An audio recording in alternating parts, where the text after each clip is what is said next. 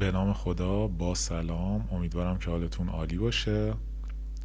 خب تو ویدیو قبلی ما پیش نیازهای یادگیری استراتژی SP12 رو مرور کردیم و گفتم بهتون لطفا اگه اون ویدیو رو ندیدید برید ببینید و توی این ویدیو میخوام خیلی ساده این استراتژی رو توضیح بدم و بریم نقاط ورود هفته پیش رو با هم ببینیم. خب گفتیم که اسپایک داریم از یه بریک اوت و شکستی. اولین پولبکی که ما میبینیم میشه نقطه ورود ما و استوب پشت این کندل برای R1 خروج میکنیم. این میشه SP12.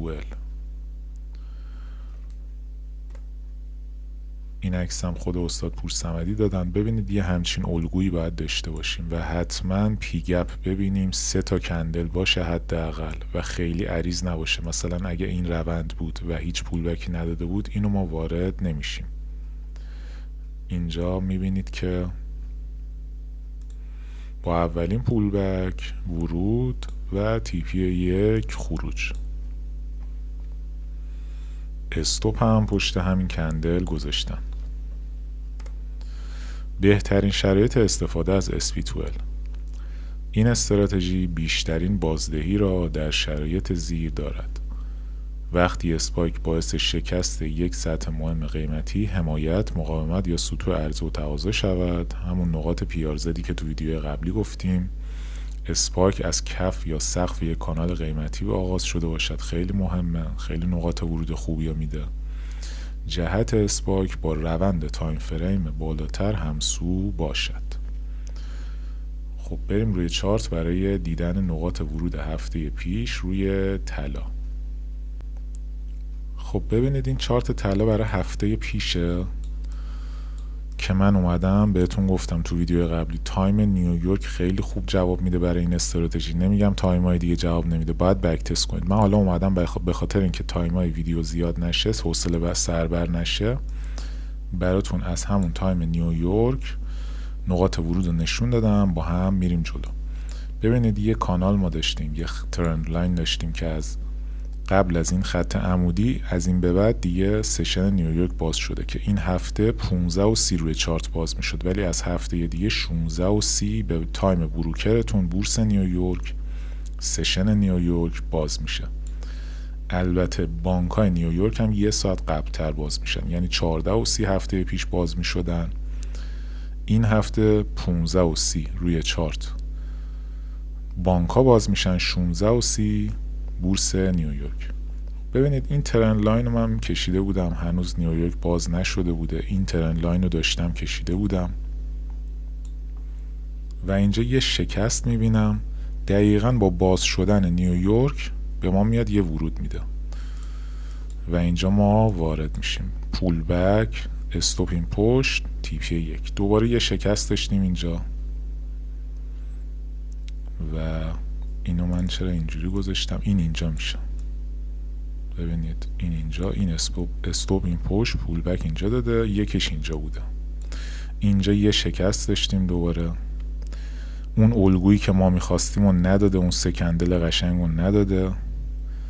به خاطر همین میایم اینجا وارد میشیم. 1 2 3 تا کندل خوب، گپ داخلش داره، پول بک و ادامه روند. اینجا یکش بوده. ببینید اینجا یکش بوده. چرا میپره؟ خب اینجا یکش بوده. دوباره بعد از این شکست این ترند لاین یه حالت رنج تور هم بوده، حالا داشته میریخته ولی یه حالت تریدینگ رنج هم بوده. همین رنج هم میشه بهش گفت که شکسته. یه الگو خیلی قشنگ که دنبالشیم، با اولین پول بک ورود و یکشو داده. حالا ممکنه رو این 3 تا کندل هم ورود میزدیم و استوپ میخوردیم. استراتژی بهمون ورود بده ورود میکنیم. نمیتونیم بگیم که این خوبه اینو ورود کنم، اون بده اونو ورود نکنم. اگر میخوایم با این استراتژی یا هر استراتژی ترید کنیم، استراتژی بهمون ورود میده ورود میکنیم. نمیتونیم قضاوت کنیم چون ما از آینده قیمت خبر نداریم. باید همه رو ورود کنیم، نه اینکه بگم رگباری. ما ببینید داریم ترند لاینمون رو میکشیم، داریم میبینیم که ریزش داریم. الان معامله‌های بایو ما انجام ندادیم، اینا رو داریم انجام میدیم، ولی بازم استراتژی در جهت سل الان داره به من ورود میده، من همه رو وارد میشم، قضاوت نمی کنم که این خوبه اینو وارد شم اون بده. اینا همش بعداً باعث میشه که ما بخوایم استراتژیمون رو تغییر بدیم، ازش پیروی نکنیم، فکر کنیم استراتژی خوبی نیست و اینا برمیگرده به همون نکات روانشناسی.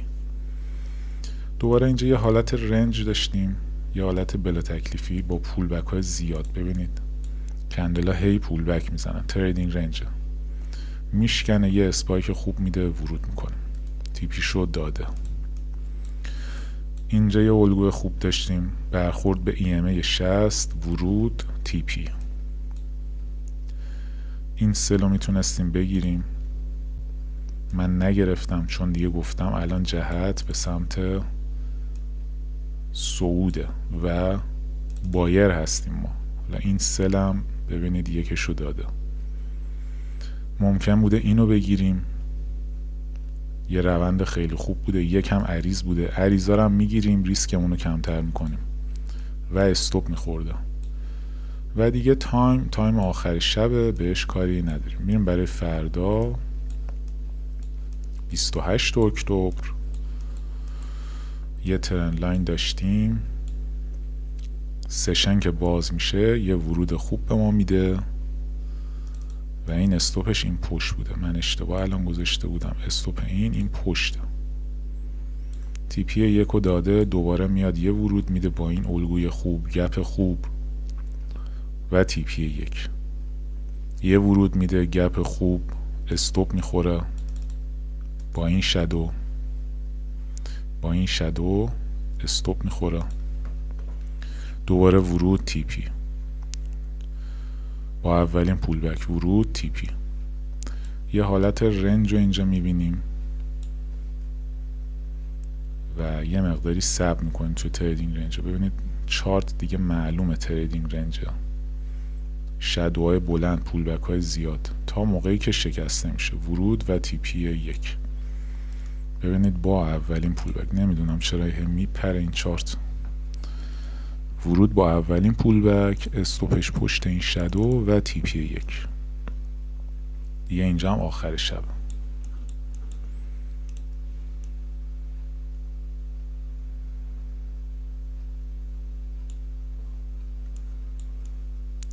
این برای 29 اکتبر.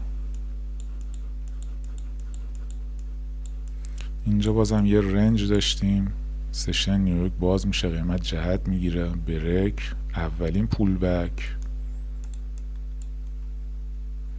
استوپین بالا، تیپی. یه حالت رنج، یه ترند لاین به ما داده، این ترند لاین شکسته شده، اولین پول بک ورود تیپی.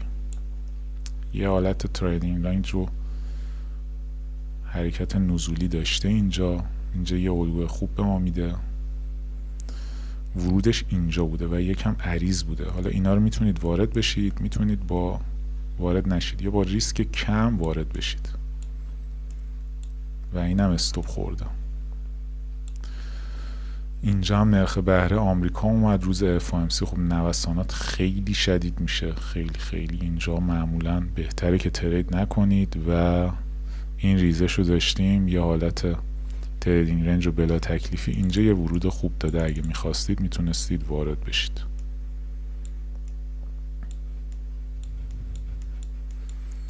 و اینجا ما قبل نیویورک ترند لاین همونو کشیده بودیم، ببینید اینجا کف ترند لاین من بوده، برخورد کرده، یه الگوی خیلی خوب داده، وارد میشم، تیپیمو میگیرم، دیگه ورود خوبی نداشتم و این برخورد کرده به اینجا.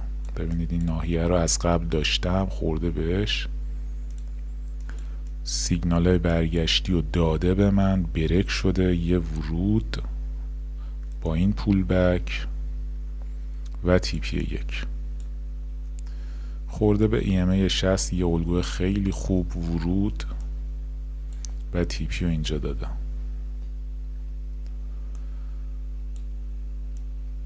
اینجا خورده به همون ناحیه‌ای که از قبل داشتیم، دوباره ورود و تیپی یک. آخر شب میشه دیگه، ترید نداریم و روز آخر ماه. ترن لاینمون رو دوباره میکشیم. ببینید ترن لاین رو خیلی راحت میکشیم و وای میسیم که سشن باز بشه. یه ترن لاین هم اینجا داشتیم باز که میشه دقیقا یه بریک، یه ورود خوب، یه تیپی خوب و از همینجا چقدر ادامه دار بودم. دوباره اینجا یه حالت تریدینگ رنج رو داریم، بریک و ورود، تریدینگ رنج، بریک، اسپایک و ورود، تیپی 1. ممنونم که با من بودید تو این ویدیو. حالا بازم نقاط ورود رو بررسی میکنیم. ببینید تو این ویدیو من اصلا نیومدم نه نقاط روند رو مثلا بررسی کنم، نه ویکلی مپ و حالا سقف و کف روز قبل، اینایی که تو ناحیه پیارزه تو ویدیو قبلی بهتون گفتم، اینا هم بازم میتونید ترکیب کنید. من خیلی ساده اومدم به این استراتژی نگاه کردم و میبینید که چقدر سود دستش. با من همراه باشید برای ویدیوهای دیگه و استراتژی پرو BTB و آموزش بک تست و نکات روانشناسی. فعلا خداحافظ.